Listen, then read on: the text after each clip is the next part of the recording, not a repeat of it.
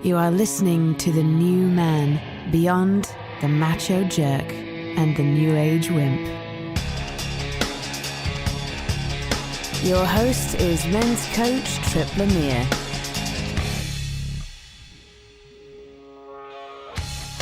With so much uncertainty right now, how do you deal with the uncomfortable feelings that arise?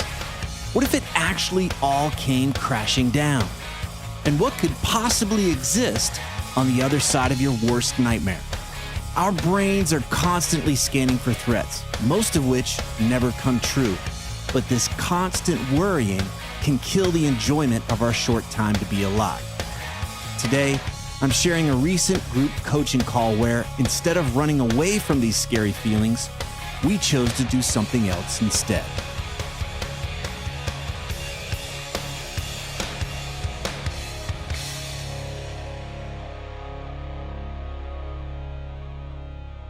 Okay, let's put a little context around this. Many of us are facing great uncertainty about our sense of comfort, our finances, or quite possibly even our mortality.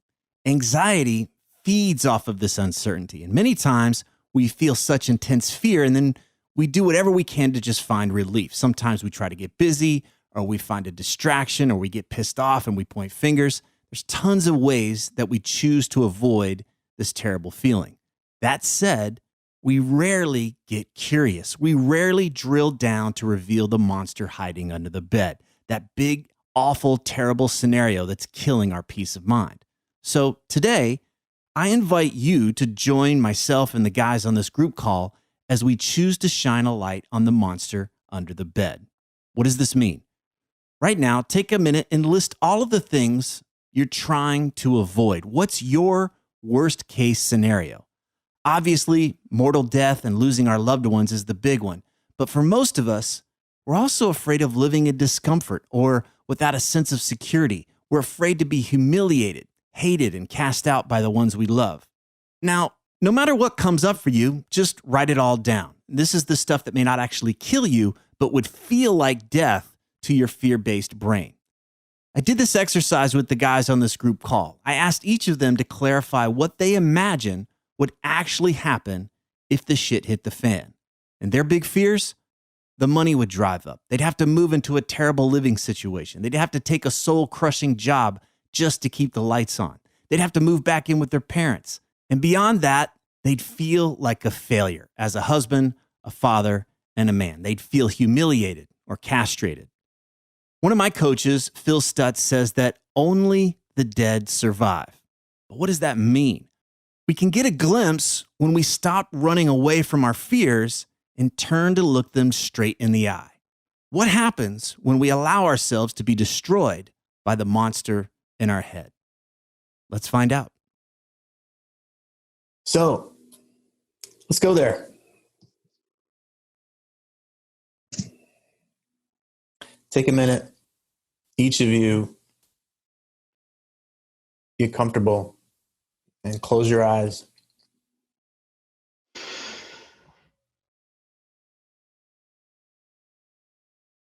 And then imagine that scenario, the thing you really don't want to have happen. And I want you to imagine it so vividly that you feel it. You're a failure.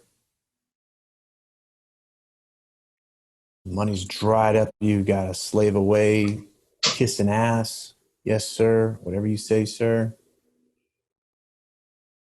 Your family's disappointed in you. You've let them down. People around you are disappointed. You've completely let them down. They've written you off.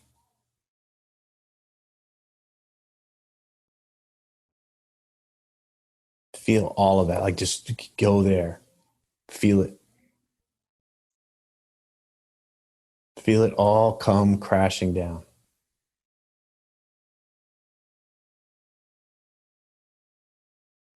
Everything.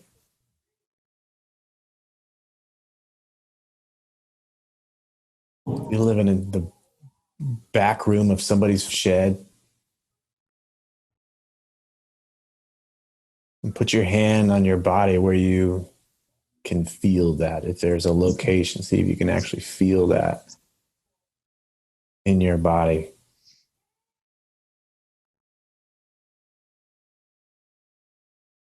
Turn that blade even sharper. I want to just, come on. Bring it out. You think you can't take anymore. Just keep going. It just keeps piling on.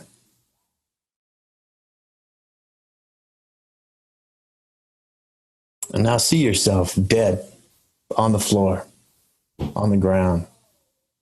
This has just completely trashed you. It's obliterated you. You were lifeless. Your body's not even worthy for feral dogs to eat. They piss on you. See yourself there.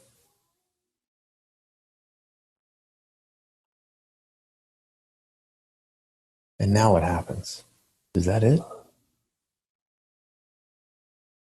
Is that the end?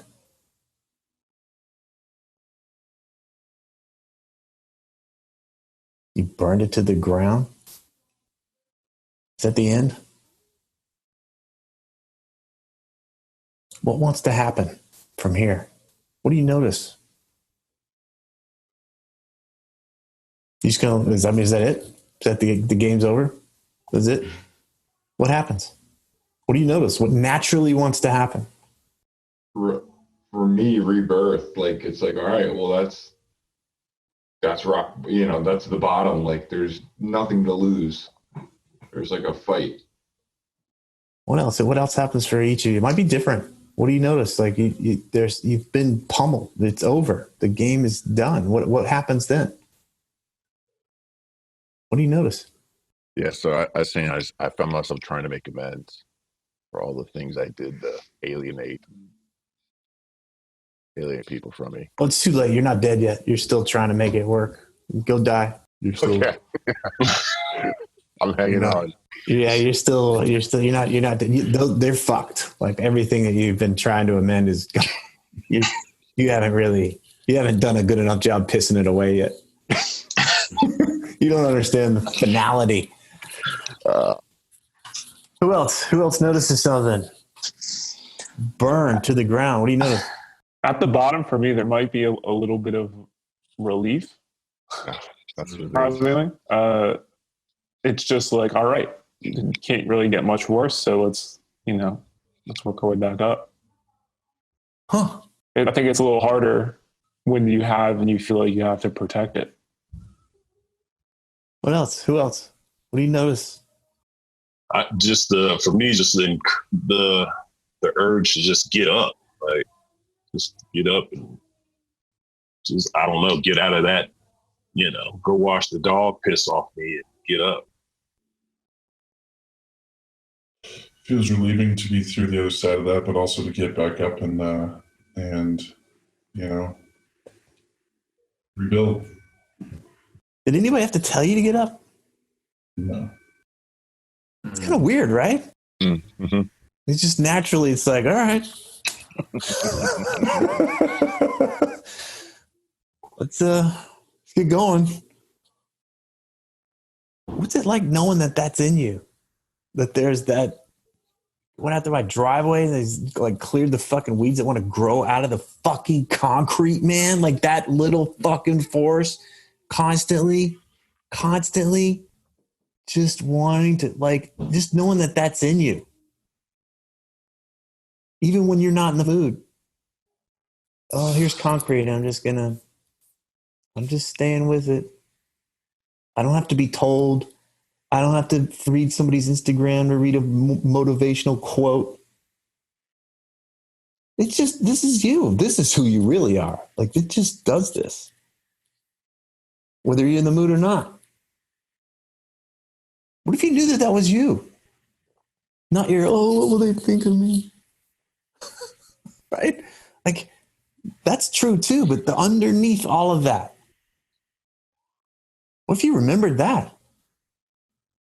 We get up. Even when our fear says it's all gone, even when our fear says it's obliterated, even when we think it's the end, that's the fear. I want you to just see that's what fear believes. That's what it means to be hijacked. Right? Like just watch it how like fear wants to paint this picture. And then look at this force that's just like, oh, wow, this is really bad. And I get up. For me, Tripp, that's part of what makes it so bad is that I know it's not that bad. And so then the judgment comes in, the kick, to take a piss on me while I'm down. And it's like, you candy ass fucker. Like, you got it so good. And you're like, wah, wah, wah, wah. This isn't rock bottom, you bitch. And I'm like, you're right. God damn it.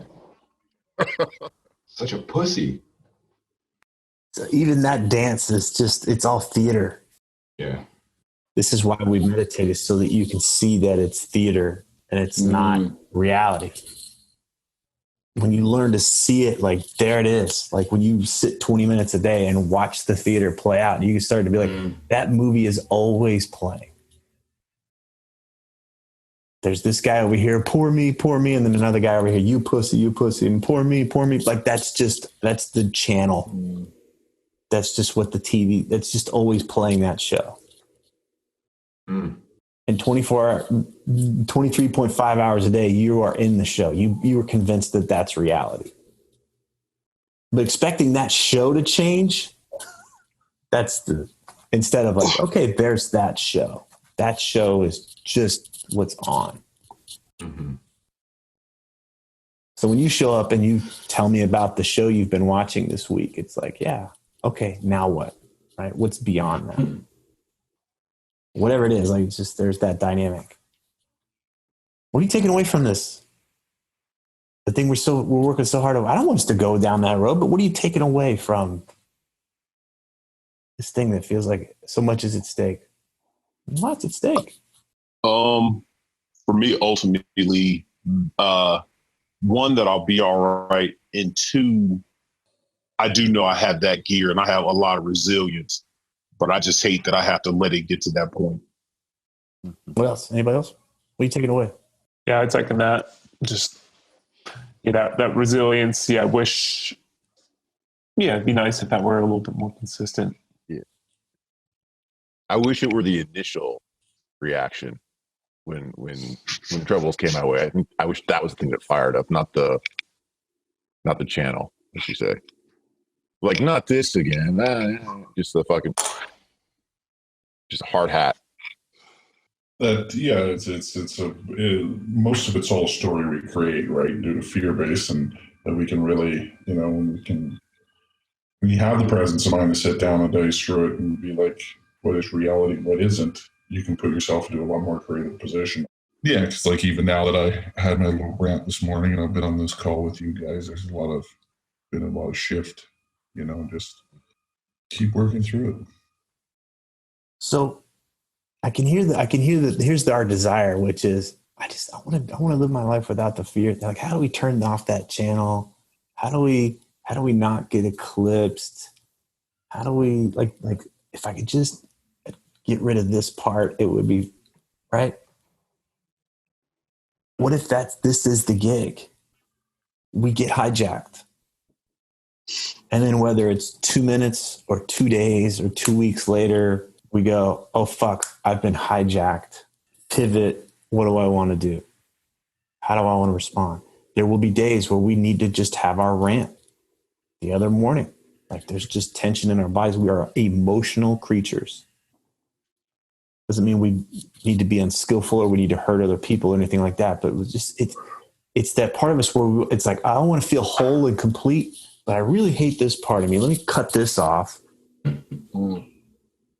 It's all here we are again. It's like, I want to live my life, but without my fear, right? I want to live it without this stuff and say, well, what if this is the reality? This is part of it. So instead of waiting until it goes away and I want to always have my hard hat on or whatever, it's like, this is it.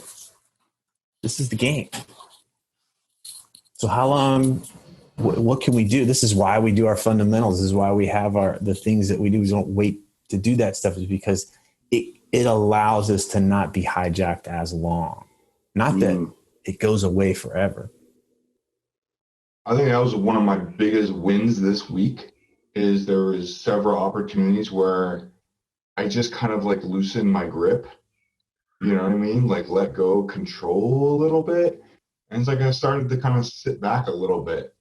And it reminds me of like back in the day when I used to do like street racing and rally racing and stuff like that. Like if your hands were tight on the wheel, like you couldn't move really, you know, like not that you can't drive like that. You gotta, it's weird. You're on this, you know, flying through the air and everything, but like you gotta loosen your grip and then you have a lot more control. And that was it was like a big epiphany. There's a number of things like that where I just kind of was like, what if I don't try to control it? And I've been reflecting on that. Like, I wonder where else I can do that. And that sounds a little bit like just like surrendering to like what is, instead of like trying to force like what should it be, you know? Even like, I'm like, I should be doing like some CrossFit crazy ass workout, but I really just enjoy my long walks and, you know, my yoga and body weight exercises. Like maybe I don't need to go throw tractor tires around. Like maybe I'll never be that guy. Is that okay? I think it is. Good. That's way more inspiring to me than you being like, I'm going to be somebody I'm not. Yeah. That's the paradox of it, is that we go from white knuckling everything to relaxing a bit. And we actually find that we're better able to respond. Mm-hmm. What happens when we realize, hey, there's stuff at stake here, but I'll be okay. I'll figure it out. We get more resourceful. We start to see things. There's a great book called How to Change Your Mind. It's about psychedelics. Well, if you understand what happens with the default mode network when we're scared, is it actually locks down. We have less access to parts of our brain for problem solving when we're scared. Psychedelics dissolve that rigidity and then suddenly we're able to access different parts of our brain. Well, you don't need to take psychedelics in order to just understand that what happens when we're in a fear-based place is we don't have access to our creativity and our problem-solving ability, our ability to find patterns and opportunities. Fear's not going to go away, but our relationship to fear can change. So when you guys show up on here and you got whatever drama of the week, listen, see if you can support one another. It's like, do I get hijacked and I go with my buddy's fear here and his story? Or do I see the part of him that's resourceful, the guy that will get back up, even when he's been burned up and pissed on? Because the rest of the world is in on the hijack that we're all fucked. What's it like to be in a group of men that know that even when you're burned up and pissed on, you're going to get back up? And you don't need a fucking inspirational quote to do it. It's just natural. You are the descendants of creatures that crawled out of the fucking mud. You made it this far. Don't forget it. If these interviews are helping you, please leave a positive review on whatever podcast app you use so that others can discover the show more easily.